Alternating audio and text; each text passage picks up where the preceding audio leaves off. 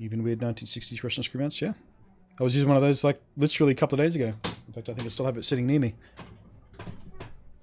Yep. This is... Let's see if we can focus here. This is a Soviet era lens. It's the Jupiter 8.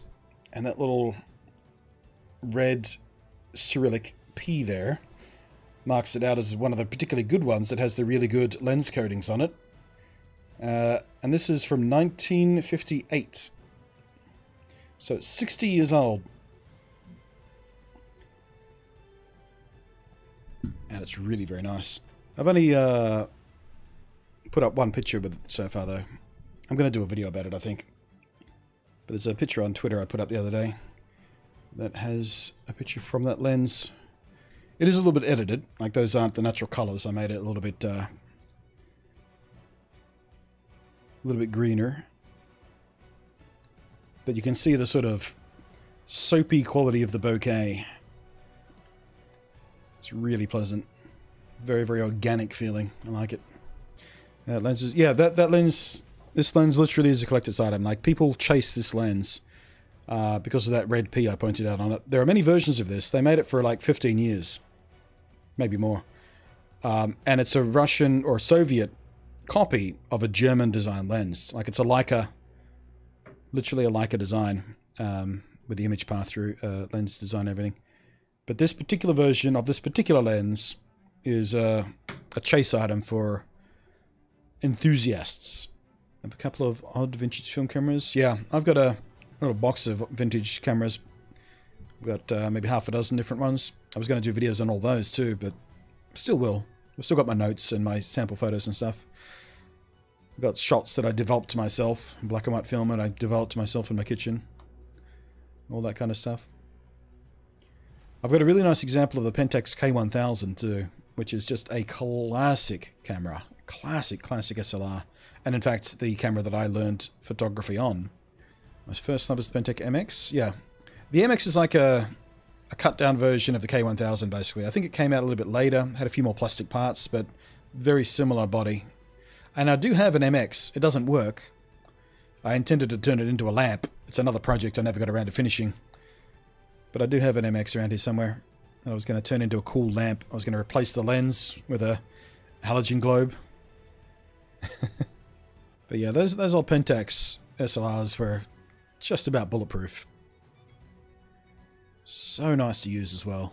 That split screen focusing and all that kind of stuff. Oh, split prism focusing, I should say, not split screen. Managed to get one for $12 US dollars. Yeah, I think I paid like 15 or something for my MX/ME, whichever one it is. But again, it wasn't working. But I did get a 50mm lens with it. 50mm f1.8, I think it was. So, not the greatest 50mm lens you've ever seen, but still, for a camera body and a lens, it was pretty damn good value. I've noticed though that depending on what era you get the Pentax 50mm, so very really 1.2 or 4, yeah, there's a few. I mean, there's multiple versions of every system's 50mm because it was, you know, just the go-to prime lens. I think the one I have is the 1.8. In fact, let me go find the box. I'm going to check. It was the ME, and I paid $10 for it. This price sticker is still on the Prism. That's the ME. I took the back. I do have the back panel. I took it off and put some baking powder in there. Baking paper in there. I was trying to get. I was trying to take a photograph of the projection of the lens on that thing, and it kind of works. I think I might try it again with different material though. But yeah, the lens is the 2.8. So yeah, the 2.8 I got with it. It's not bad. Quite smooth. The lens is a little bit fogged, but eh. Let me serve a latrine.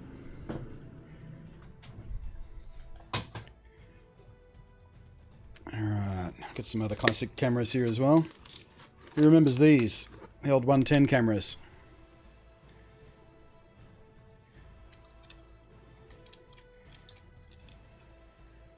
Took some surprisingly good photos with that thing, actually. That was the camera my mum used when I was a kid. Not the same camera, but similar model. Here we go. Here's a classic. The old Canon Ae One with the auto winder. This was a birthday present a few years back. One of the best presents I've ever gotten ever in my life, because it shows the person who gave this to me really, number one, understood me, number two, listened to me. But yeah, this is another one of those classic cameras. This and the Pentax K1000, the Ae One program from Canon, absolute classic. And yeah, there are hipsters that will cave your head in for one of these. There are hipsters out there that will be just drooling at the thought of a Canon Ae One. Here it is. Here's my favorite. The Pentax K1000. Not only that, it's the Asahi one. It says on top of the prism there. That means this is the Japanese manufactured one. There are other models of this that came along later that were manufactured elsewhere in the world, Thailand I think, that have many more plastic parts in them. This one has the metal parts, which means it's bulletproof. The non-Japanese versions of this camera are much more fragile. Not fragile, but more fragile than this is. And this has got the 1.2 lens on it. So this is the lens I was thinking about when we were talking just now. The 1.2 50mm. And this thing still works perfectly. Like, mechanically perfect. Like it came out of the box last Tuesday. And with these cameras you can cave someone's head in with the camera. Here's another favorite of mine. This is the Olympus Trip 35. Absolute classic camera. And this is kind of the camera that we have to thank the Micro Four Thirds system, because this shot half frame. So instead of it used the same film, same 35mm film, but it shot half a frame essentially than what a regular 35mm camera was. So you get twice as many shots, but with slightly less resolution, basically analog resolution because it's film, but you know what I mean.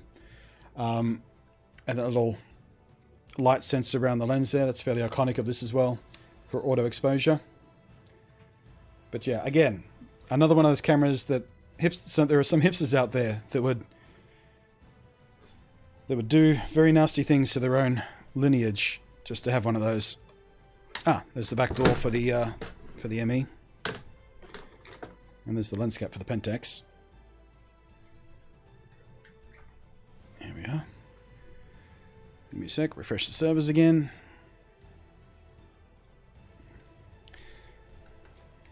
Here's another beauty. This is the Minolta 110 SLR. This is one of, I think, only 2 models of camera that uses an SLR system for 110 film. And I do have a 110 cartridge in here that seems to be full at the moment, so I'm going to risk ejecting that.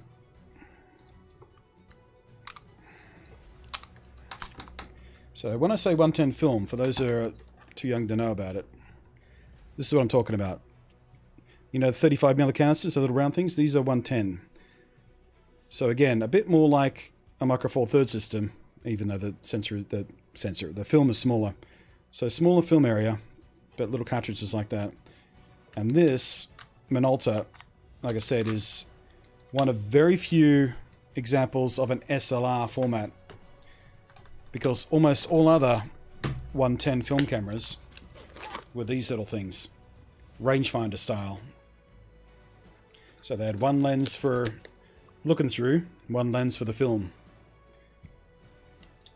and almost nothing out there was SLR for 110. There's this, and there's another model with a similar name, also from Minolta. That's a much worse version of this. But yeah, manual focus, zoom lens. It's I don't know how many hipsters know about these, but if they did, they'd want them.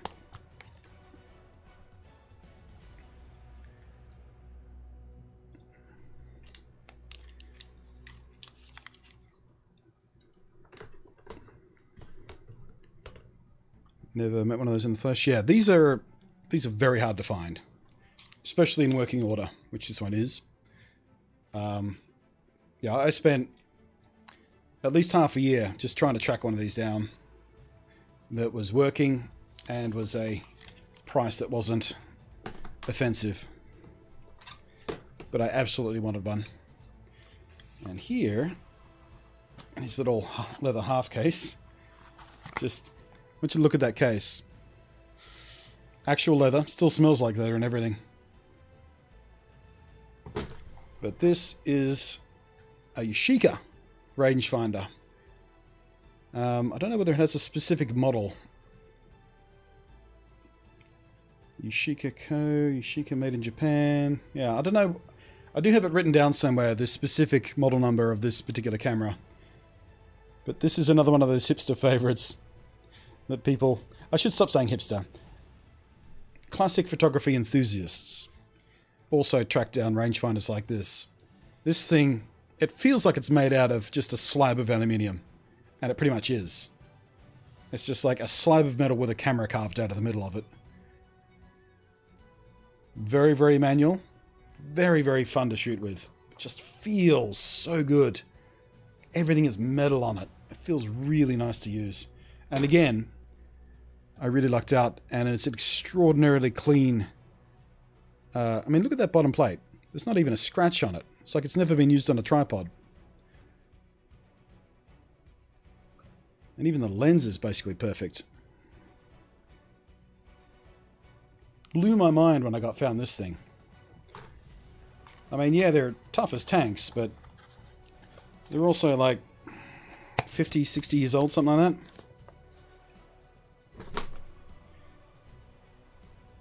So yeah, that's my classic cameras. I think that was all of them. Pretty sure that was all of them. Have a Yashica twin lens. Oh, that's one of the things I don't have. I don't have any of the any twin lens cameras. I've got a little plastic one that was a DIY, build it yourself kind of thing, kit thing, cheap and nasty. Oh, I do also have a Brownie around here somewhere. I've got a Kodak Brownie, like an original classic Kodak Brownie. What have I done with it? It should have been in this box.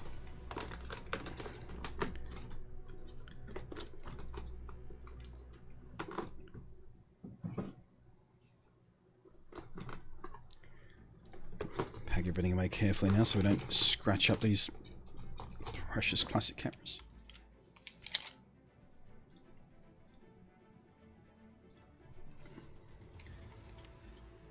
Hard to find an old film case that doesn't smell of mold. Yeah.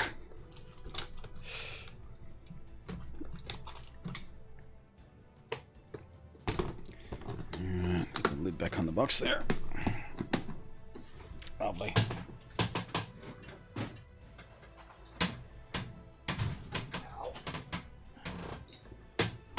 I've got another box here, but this is all modern cameras. Relatively modern. Sony 5100.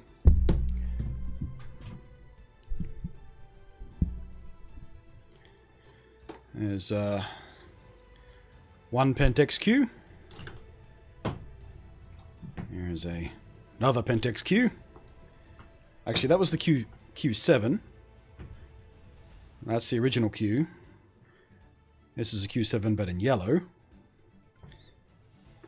Where's my Q10? Where's my Q10? I've lost my Q10. Hey, there's a Nikon 1. Remember those? 1-inch sensor, mirrorless system. Yeah, they really caught on. They really took off. I bet Nikon are glad they did that.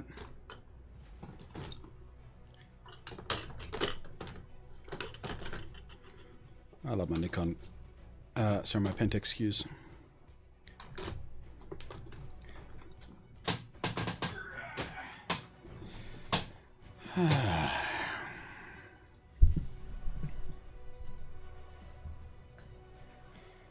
You have anyone to... Yeah, I've only got one 120mm film camera, and that was the Brownie. I think it's in another box. And I had to repair it. The shutter mechanism was a bit faulty, so I had to pull it apart and repair it. And bend a little bit of metal to get it working again. And it's not a particularly good Brownie, but that's the only 120 film camera I've got.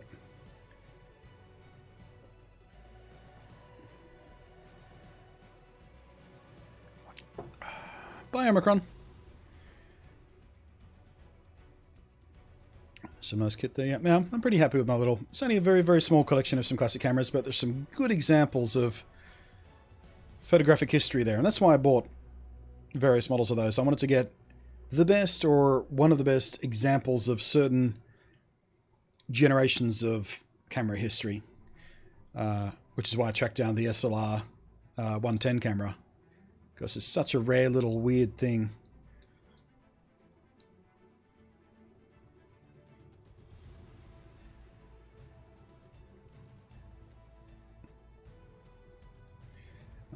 There's another rangefinder I've got here somewhere as well, which is one of the Soviet ones. I don't know why it wasn't in that box. Should have been in that box. Must be another. It must be with the Brownie actually. But yeah, there's another Soviet era Leica clone rangefinder I've got here somewhere. Some of you might have seen the video I did on this. This is a cardboard pinhole camera.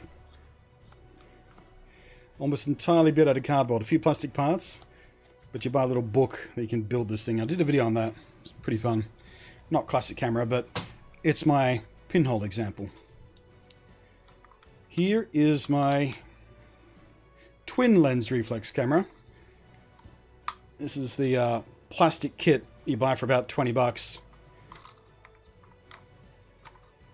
Real piece of shit, but it works. It absolutely works, but like the cardboard camera, little fun gimmick thing. Refresh, join. Now, in this box is something truly special. Hopefully I'm opening it the right way. Yep, here we are. This right here is another example of a 110 film camera. An SLR, but this is the best one. This is what inspired the Pentax Q system cameras. This is the Pentax Auto 110 Super. It's another 110 film camera. SLR, teeny tiny little SLR. A little winder on and everything. These teeny tiny little cutesy lenses, ridiculous little things. You can actually adapt these to the Micro Four Thirds system, and they work. These teeny tiny little lenses. Join. But yeah, I've got the full kit. So this is the P to Q adapter, so you can use those lenses on the Pentax Qs as well. There is the telephoto. What is that? That's the 200mm. That's a 200mm lens. There's another one. What's that one? That one's the 20... No. I think it's a 20mm. And that one is the 18mm. And there's the wide angle. Telephoto. The 70mm lens. This one is basically in perfect condition, which is why I keep it in the little top here. This lens is literally a collector's item. Like this whole system is, but this lens in particular, that gets people wet. I even have the flash and the auto winder. And a bunch of official filters. And there is the Micro Four Thirds adapter. In fact, I'm going to go out shooting with these lenses again. These are such fun lenses to shoot with. But yeah, this little kit here. This is super, like, hungry collector edition stuff. And I have one, and it's basically perfect. Fresh server. Join. Yeah, that's my Pentax 110.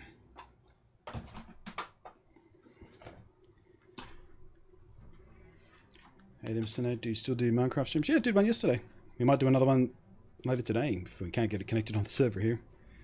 Yeah, did one yesterday. Damn, I want. Not you can even get 110 film anymore. You can actually. You absolutely can. Because I did when I got those cameras a couple of years ago. I got some 110 film in from specialists and developed them myself. Bit of a pain in the ass to develop yourself. You need a special reel for it and everything, but can do. Alright, now this should be my, yeah, there we go, my Brownie. So I've got, I think this is a recreation case for it because it looks way too good to be an original case. Because not even the strap is that frayed. So I'm pretty sure this is not the original case for it. In fact, what's the embossing say? I've still got the original person's name in here and everything. Phone number and address. Oh, it is an official Kodak thing though. Made expressly for Kodak. There's no date stamp or anything. But it's hide. It's proper hide. And so this is my Kodak Brownie 620. And again, the 620 is one of those ones that tends to be sought after as one of the classics. As you can see, mine is in not very good condition. It's a bit banged up, but it 100% works. It's a little bit knocked around, and the metal faceplate can kind of fall off a bit here. Show you the shutter mechanism in there, which we can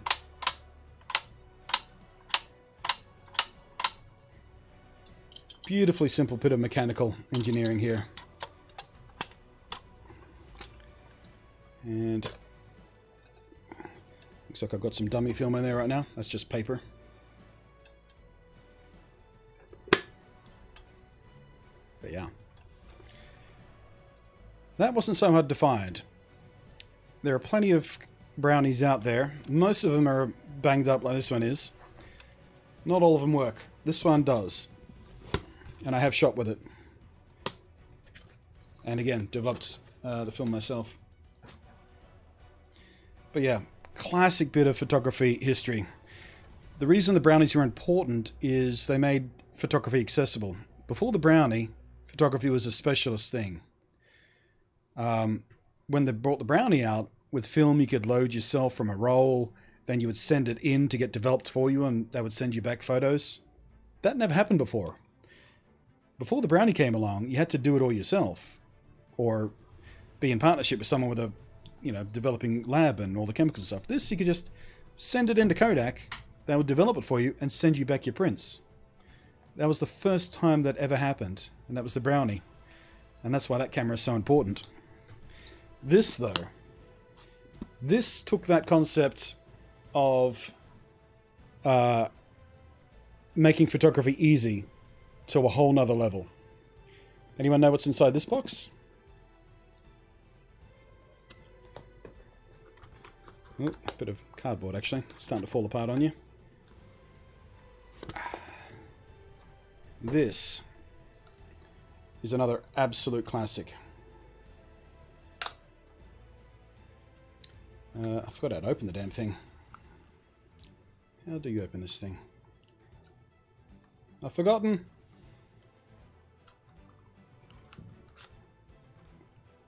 I've literally forgotten how to open it up. How do you operate this thing? Let me just pull out my original manual.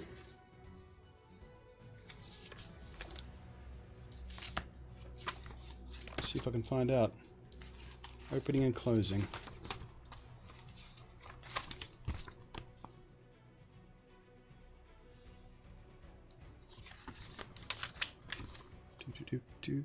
Oh, literally just pull up. Okay. I just didn't want to be too rough with it. There it goes. An original Polaroid Sx-70. Sorry, Sx-70. Not 670. Sx-70, isn't it? Doesn't quite work. It kind of works. But the film keeps getting trapped in it. More often than not. Gotta refresh the server again. But yeah, this right here is an absolute piece of photographic history. Like, even the bellows on this thing are in perfect condition.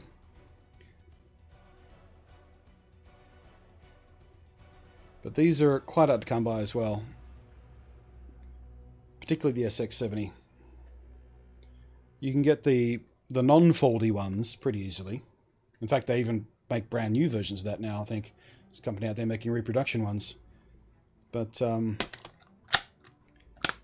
these folding classic ones, especially if you got like the full kit with the manual and everything. There's the original dark slide from it.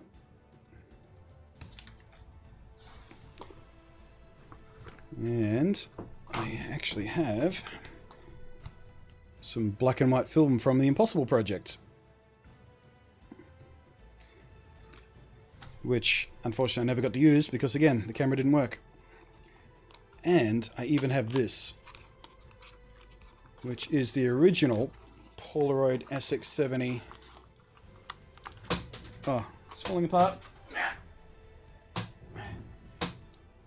me put that back on the top there. This is the self-timer.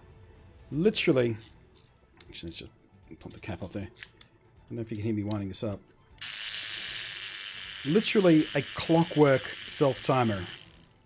So you wind it up, like one of those wind-up toys, press the shutter button, it winds down, and then fires a little pin into where the shutter button is on your camera.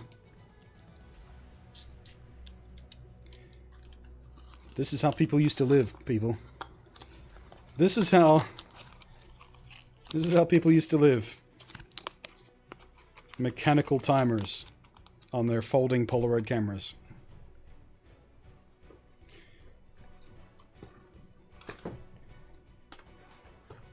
Savages. Savages they were. What a beautiful piece of engineering, though. Just absolutely beautiful. The best thing about some of these classic cameras, though, well, actually not the best thing, but one thing I like is so many of them come in leather and hide cases that just smell beautiful. They smell like history.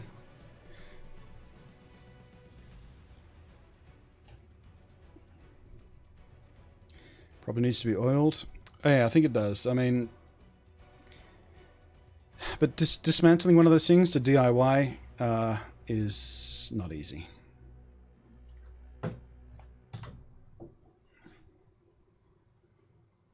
The chemistry that made those Polaroid cameras work, it's a stroke of genius.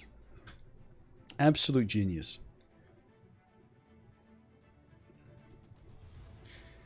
But the result, yeah, you're right. The results were never that fantastic, but the fact that someone invented that and made it work, incredible.